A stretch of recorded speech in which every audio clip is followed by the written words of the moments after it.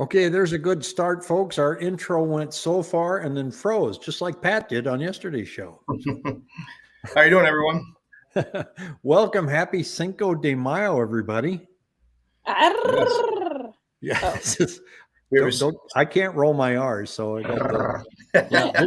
This is I'm the Irish. day I that, can definitely do that. yeah, well, this is the What? official day that the Mexicans beat up the French and the Americans said, well, I'll drink to that. So Why does it look like my head's going to always explode?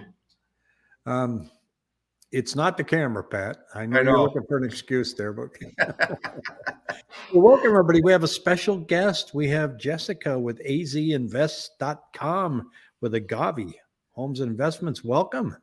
Thank you. And Super you're excited out. to be on the show finally. So thank And you you're, guys. yeah, we've been begging you to come on. And I mean, we didn't want to say it out loud, but you were saying, well, when's Pat not going to be on there? What would we do without Patrick?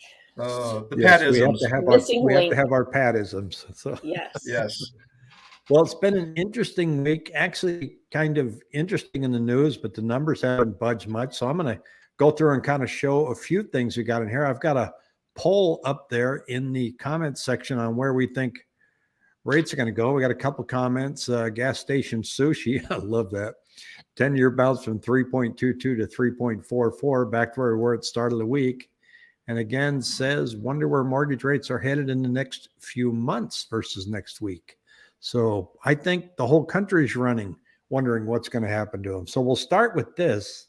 Here's the Cromford Market Index. It's still going up 150. And we look at supply, and that's what's driving the index up. It's because supply is down and demand is up slightly. And I'm going to show you some very interesting numbers here in a moment, showing you just how low new listings and demand are sitting right now. We're all feeling it.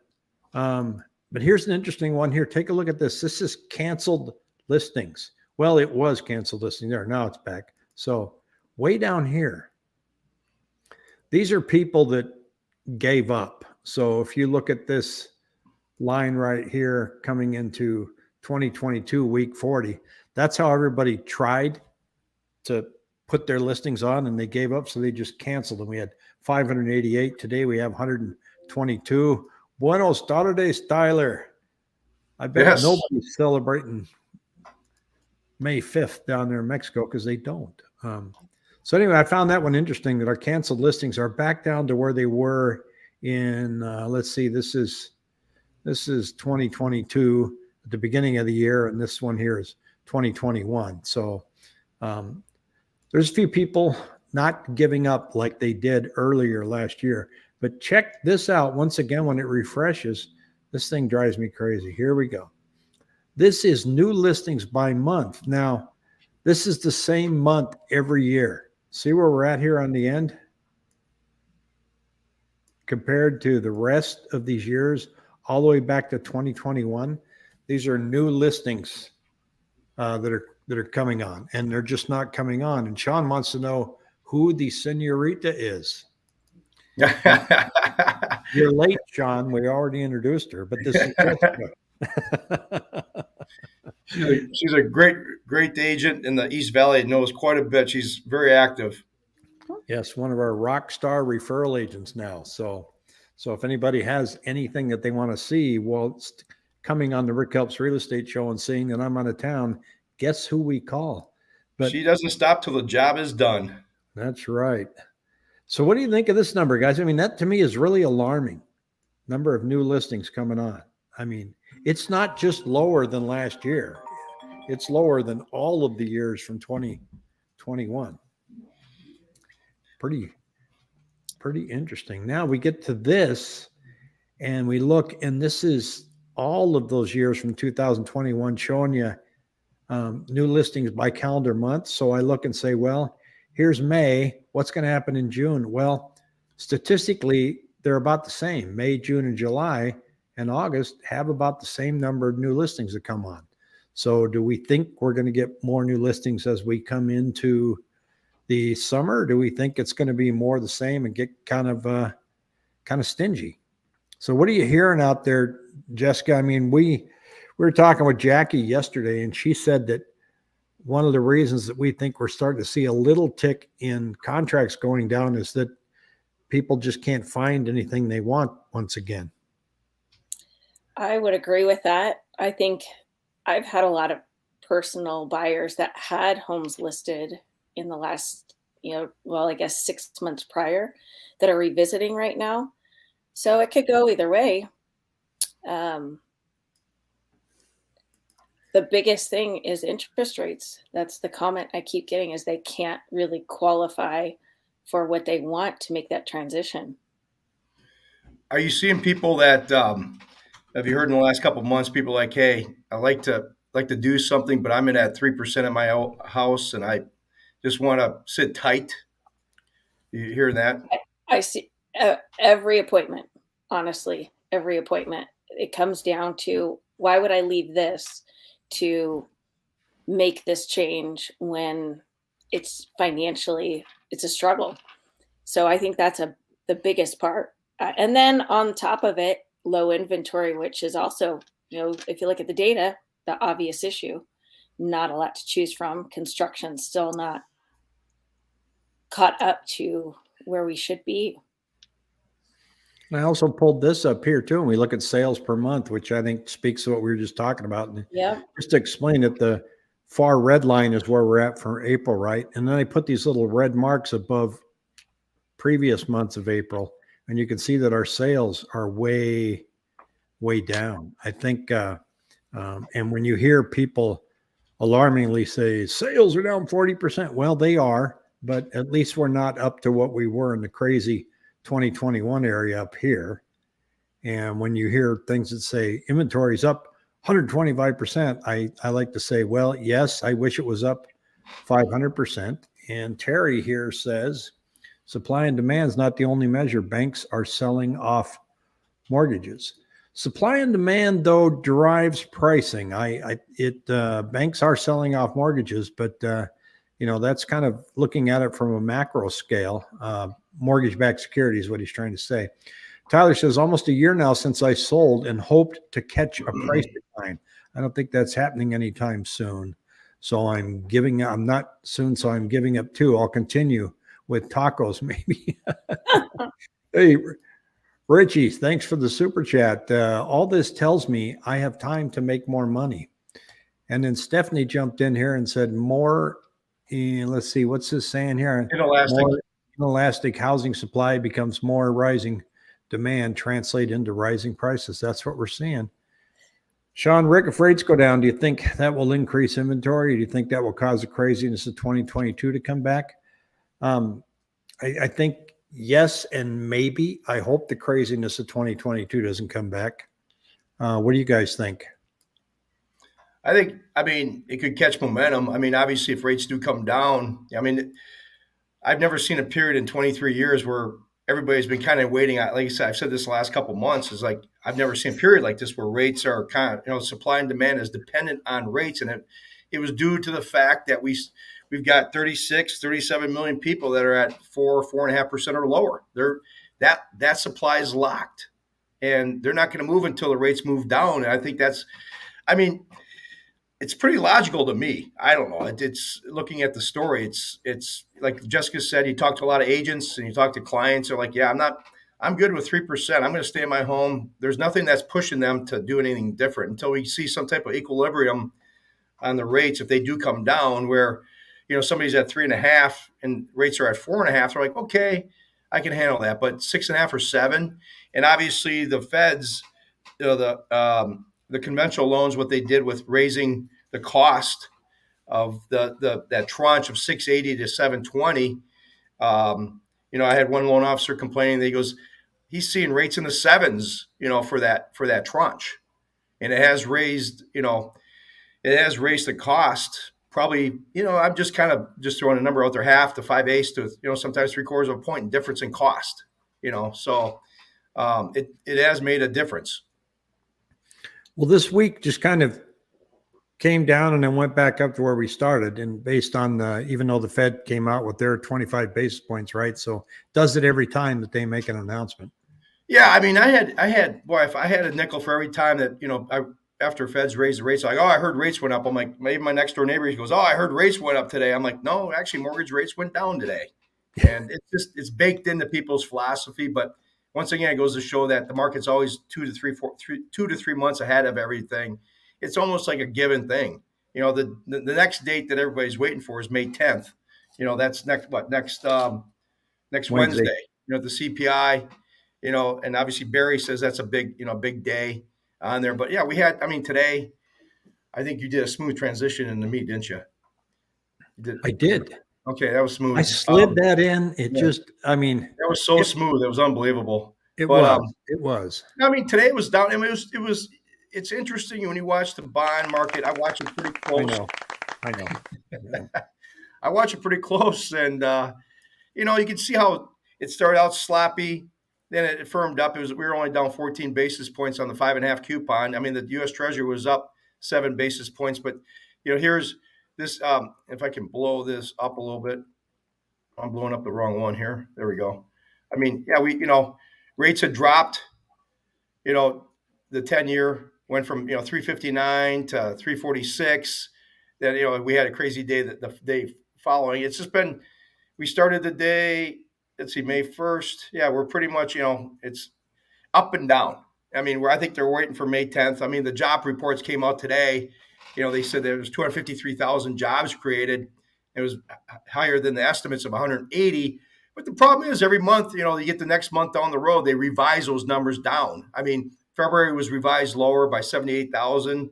From 326,000 to 248,000 numbers. I'm just reading off this from Barry. I'm not good. My memory isn't that good, so I'm giving him some kudos. But and he said, March was revised lower by 71,000 from 236,000 to 165,000. So he goes, you factor in these revisions, and there's only 104,000 net job gains, and we saw. The market kind of, do some crazy things in the morning. But once they start digesting these numbers, you can see how the market trades back up again during the day. And, it does have some influence on obviously locking a rate or whatnot. But he said there's a lot of jobs that were, the main were leisure and hospitality. But he goes, we're pretty much back at those gains that we had pre-COVID. So it just, Pat, I put a survey up in the chat here before we get started, and we've had 15 people vote. Will rates decline next week? 33% say yes, 67% say no. What do you think? Based on what Barry said, he goes, there might be one more step. We might be ahead. He says this, the rents, the housing still might show some inflationary pressures. That's because it's lagging numbers. It's all different numbers. The numbers are always lagging. So. But Barry thinks that there might be a little bit more pressure up rates a little bit, but he says that's gonna loosen up in the next 30 to 40 days. So if I was a betting man, I'll put $1. I might even put a $5 bet on it. Woo! That it's going to go down? Huh? The rates will go down. $5 next week to you, but you're going to be out of town, so I can't give it. I'll sell it to you. I'll take it. Yeah. Give it Jessica. She'll hold it for me. So Terry is saying the dam's going to break. 40-year mortgages. Next will be 50-year mortgages. Foreclosure moratorium. Kicking the can down the road. I don't know. 12% FHA mortgages are in serious foreclosure. I haven't seen that yet. Stephanie here is saying that if there's any sign of stagflation, rates will go higher. 25 BP. If not, then no. And I think the Feds are kind of, I think behind the scenes, I mean, this is just my personal 25-cent opinion, that they're behind the scenes, that they know that if they raise rates that they're going to, I mean, there's a lot of stuff behind the scenes. I think with these regional banks, like you said, they've got paper on the books, just keeping it simplistic, is they got paper on the books at 3%, but rates are at, 6 or 7. I mean, their paper's not worth. I'm just wondering if the Feds will step in and buy those. Like I think it was Terry, somebody that said about the MBS supply, and that's why there's been a disconnect between the treasuries and the mortgage-backed security market. There has been some disconnect there, and I think that has to do with the supply of certainly MBS securities that the banks, maybe regional banks, have. So I think there's going to be some stuff going on there. and maybe the Fed steps in and, do they slop up that supply? I don't know. Well, and I think you and I were talking a little bit today. We were saying that, this week is really just another illustration about every time they do something, it affects something else. So Yeah.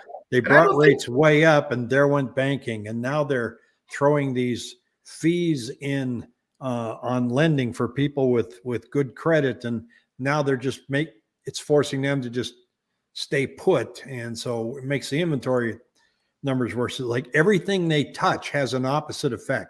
Yeah, we talked about that yesterday, and if you think about it, it's so true. And I just wonder if they really thought, they were so stuck on inflation. First of all, it was transitory, and then they got behind the ball, and they're like, "Oh my God, we gotta stop saying that." And then, then they started realizing that inflation was here. But I just, like that. I can't remember the guy from Euro Pacific, gentleman, that financial advisor that runs this huge fund. He's like, that they didn't have that, they didn't put that in the equation. I think they were so stuck on inflation. He goes, inflation, them raising the rates, is it really going to have that much of an impact? I mean, it will, no doubt about it. But I don't think they sat down and say, if we, maybe they did, maybe they didn't. But just like you and I talked about, if we do this, what else is it going to affect? And I just don't know if they're into that deep of a discussion, honestly. Well, I think they're into that deep end of looking at the data. I mean, you hear him say all the time, well, we're looking at everything. But this is a grand experiment for us. This is look at the amount of money that was spent, that was printed, that was put into the system. If you look at M2, money supply, we've never had it accelerate at that rate. Now we're trying to pull it down. Have we ever done that? No. Well, we've never tried. We're in this big experiment, but once again, what basically is holding the support level is that there's so many people there at 3.5% or 4%. Back in 2008, we did not have that. We had just a stupid supply that just came on the market. People are like, I don't want this house anymore. But people are at a lower rate and they've got equity. That's going to be the support system, I think. That's why it's totally different. So well, here's Jessica. I don't know if you've seen this before, but this is money supply. So look what happened there in right at 2020. 2 weeks, stay home, right? The money just started being sent out and continued. This is the amount of money that's in checking accounts, bank accounts out in the system. And so, are we going to really get in a position where we put it back to pre-pandemic levels down here and we're already way up here? Yeah. So that's what they're trying to do. So that's not going to happen overnight. I mean, if you look at it on a percentage basis, yeah, it looks like they're really rolling things back. But, look, there's still a lot of money out there. Yeah. And that's what drives inflation. And as we talked yesterday, and yeah, we're going to get a little bit political, but there are plenty of commentators that are saying, why doesn't Chairman Powell take the approach that Greenspan and Volcker did in telling Congress, I can't do this by myself. You guys need to stop spending. Yeah. Yeah. And he's walking a really fine line of going, well, that's not my wheelhouse, but he needs to speak up. Yeah. I just think that we're in a position where, people are saying about rates going up. Obviously there's certain periods within a 30-day period. If you get a contract in, there's certain periods like, okay, I'm going to wait to lock, or I'm going to hold off, or I'm going to lock now. But because you got these, it seems like you got inflection points around the 20 and 30-day mark, 30-day mark. But overall, I don't see anything that's going to say that rates are going to, if they blow up to 7.5% or 8%, it's going to cause a lot of problems. They're not going to be able to stay there. If they raise the federal funds rate again, the banks that are screaming right now that are in trouble, that's just going to be a huge contagion. So yeah. I can see them pausing for now while they try and figure out how to get out from underneath that. But even Tyler here said, Canada paused hikes for the last few months, and now they're talking of hiking again. So, we're not in this by ourselves. It's a mess everywhere. But Jessica, you weren't able to make the show that we did where we asked everybody what summer was going to look like. What do you think? Are we kind of more in the same, or don't, you know, you don't have to tell us, you can keep it pretty close to the vest. And Sure. You know, I speculate both ways because last year I never expected it to be on the rise that it was. And then, you know, in July and August, we hit that just halt. And, you know, my gut and personal experience being on the ground with buyers right now, I feel like there's a frenzy right now. Everybody's reactive, always behind all the media, or I said after the media.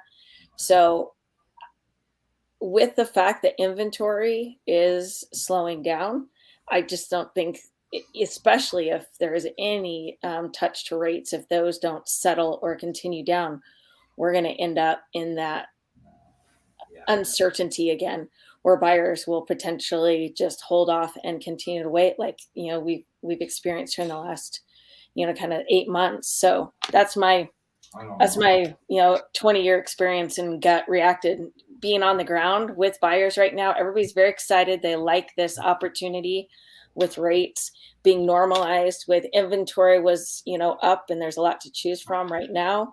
It's starting to get tighter. It's starting to get more selective. And with any talk of interest rates go up, I feel like that could potentially bring us back into that hold off, standoff mode that we were last summer. But I'm optimistic, and if interest rates stay where they are and they continue normalize or at this normal, what the new norm is. Yeah.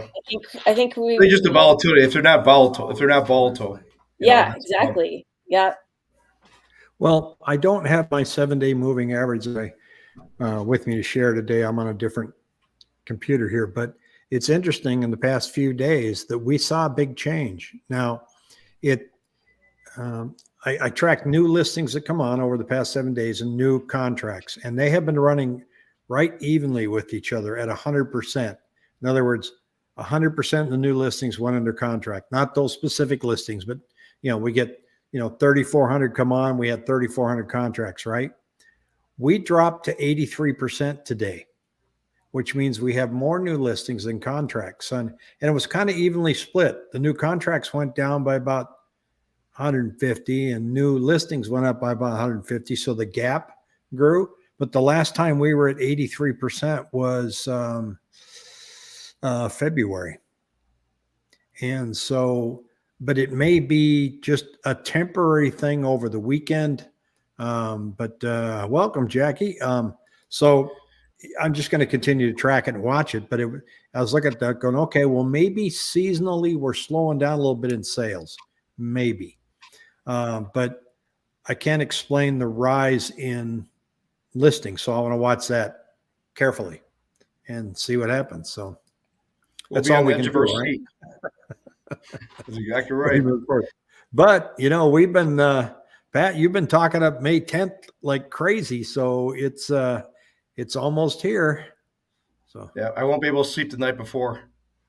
Yeah. I don't know how you're going to do. Well, I will be in Caliente, Nevada on May 10th. I was looking at my travel schedule. So we'll have to see if we can do a special update on when I get parked. And I looked on my phone yesterday. I said, oh my God, it's 30 degrees up there. So, that has to change. So, but it's going to warm up by the time I get there. But we're going to keep doing the show. Now, Pat, are you ready to go for Monday? I'm putting you on the spot here. Not yet, but I will be. You will be. Yep, I will. Tell everybody what you're doing. I'm just going to give them an update, kind of what happened just kind of a quick couple minute update on rates, just general what happened the week and maybe what to kind of expect in the week, based on Barry, and, try to give people some guidance from what I'm seeing as far as rates or, just general stuff real quick, just dialed in. Yeah, we're going to call it the week ahead. Yeah. So it's going to come on Mondays at 7:00. And Pat's just going to tell you, here's what we're looking for this week. So this Monday will be great because you're going to go, all eyes have been on the 10th, and the 10th is tomorrow. And here's what we expect. Here's what it could mean. And hopefully this will grow into something that's helpful for people that aren't sure if it's a good time to lock or should I hold off. And I mean, if they've got their lender buddies out there and stuff, and that's their job. But as a consumer, it's nice to look at the data and kind of help make your own decisions as well. So that when you get with some of these online people that lock you on day one, you might want to think that over. Yeah, that's the problem. I mean, that's what a lot of, I mean, Jessica knows, that I try to take pride in trying to, try to not time the market, but just see, it's basic. If, my philosophy is if the rates have been rising the last 2 weeks and I get a contract on day 15, rates will probably back off a little bit, to give somebody, if I can save somebody a couple $1,000s by locking in, that makes a big difference, so, I mean, is it a gamble? But I'm a broker, so quite frankly, if I lock in and rates do get crazy, I mean, there's always an opportunity. I've got different lenders I can switch to, but the lenders don't like to do that. They like to see your pull through rate. If you lock somewhere, they want you to stay with the loan. But just trying to give some people a little insight. Not that I've got this little crystal ball, but I do have a lot. Richard got a lava lamp today, so I might use that. So. But I don't know if the lava lamp will help me at all. May 10th, we'll hopefully see. But no, it's just trying to give people some insight, maybe on interest rates a little bit, because a lot of people try to give them more dialed in to where they're at on a weekly basis. Well, on Mondays, I want to see you hold up that lava lamp and say, "What do you think?" But be careful; they're hot. I know. That's what I heard. Richard said he's got to unplug it or else burn the place down. I never knew that. That'd be a good first show. Yeah. Running out of a burning building. Rates are on fire. Literally. 8-ball. Yeah, get an 8-ball. That'll give you. Yeah, there you go. Yeah, maybe I'll go to get one of those darn 8-balls I used to, okay, that's a good idea. So I'm just, not having a crystal ball, but I'm gonna try to glean the stuff that I hear. I know we touch upon it on this show, but try to maybe for a couple minutes go through some in depth, like where rates were the week before and how they're looking, maybe what the trend lines are. Maybe spend a couple more minutes doing that. So, well, not that I'm this economic guru, but I'll go up against Janet Yellen any day of the week. Yeah, well, I don't blame you there. So now we've got Jane here asking a question that if she knew you, she wouldn't even be asking this question. She's saying Mondays at 7 a.m. or 7 p.m.? 7 p.m. Yeah. Right, Jessica? Uh-huh. I can get up early once, I can go. My alarm is, I'm anywhere from 4 a.m. to 8:30. Just depends on what kind of night I had. I'm usually your alarm. Yeah, exactly. Oh, Jessica's calling. Wake up. It's her again. Yeah, it doesn't matter what time I get up. Just don't talk to me before I've had coffee. So yeah. Well, Jessica, thanks for joining us. I hope it wasn't too painless of an event. We hope to have you on again. We'll get you on the panel on Thursdays as well. We record those either Wednesday or Thursdays, but we'd like to check in every once in a while. It's going to be I'm gonna try and stay on pretty much on schedule while I'm on the road. It all depends on Elon Musk and his ability to keep me connected. Yep. But thanks again for joining us. Thank you guys for having me. Thanks to our millions of viewers. Millions and millions. And that's why we do this after school's out, because we don't want to mess with the broadband. So the bandwidth. So everybody have a great one. Take on the weekend. Be safe when you're out there tonight for Cinco de Mayo. Take care. Take care.